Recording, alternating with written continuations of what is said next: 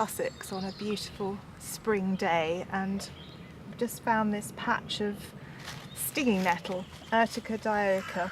It's perennial stinging nettle. It's not quite so vicious at this time of year, and in fact it's very good to make soup out of, which I'll talk about a little bit more. The leaves are covered in lots of stinging hairs, and they're actually made out of silica, so they're like fine silica needles, and they inject rather like a venomous insect to cause that reaction when you touch them. So that's what causes an immediate reaction. So they're incredibly rich in all sorts of vitamins and minerals. So it's a very nourishing herb as well as having medicinal actions. So it's full of chlorophyll and vitamin C and the vitamin B group. It also contains vitamin K, and that might have something to do with its hemostatic properties. It stops blood flow. The leaves also contain histamine, which causes, again, that allergic reaction.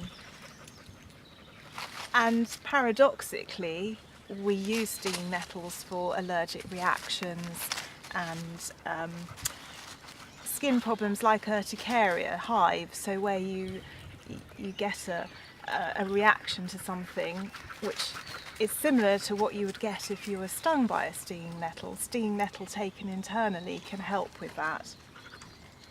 It's very good for eczema in children and adults, so allergic eczema, and where there's poor circulation, because it's a circulatory stimulant. So along with being very nutritious and rich in minerals, it has an anti-allergic action, so it's very beneficial for eczema and allergic reactions. Stinging nettle also has an anti-inflammatory action. It's been shown to influence the cytokine release, so it damps down that cytokine response, which is an inflammatory action.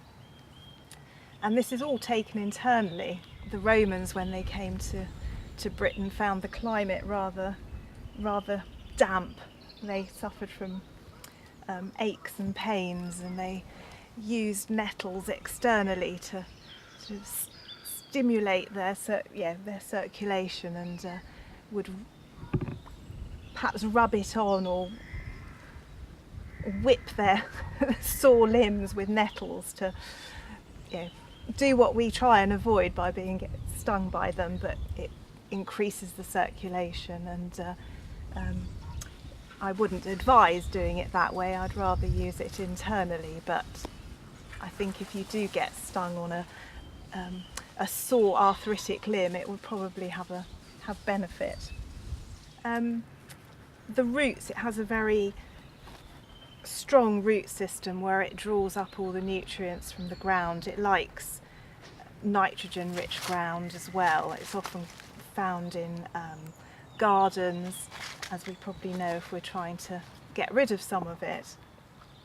And the roots are used differently than they're used for benign enlarged prostate problems, and it's shown that the lignans that are contained in the nettle root prevent or interfere with the sex hormone binding globulin actually adhering to receptors in the prostate gland, and it's used very effectively for that.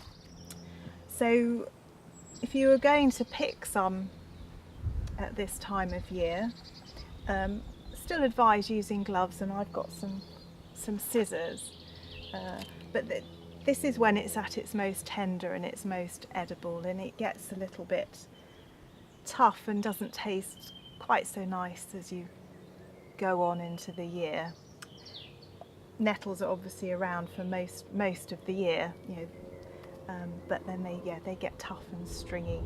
Okay, so you want to pick your nettles from nice clean environments so not near the road or anywhere that might be contaminated. So if you've got a nettle patch in your garden, you can pick it as you need it, and then you can get more new growth and then harvest it as you want to. So I'm just going to hold the leaf very gently and pick the flower, the very top here, and I'm holding that, and that's not causing any problems at all. So I'd gather a good bagful to make some soup, or just for greens alongside my main meal, and it would be very tasty.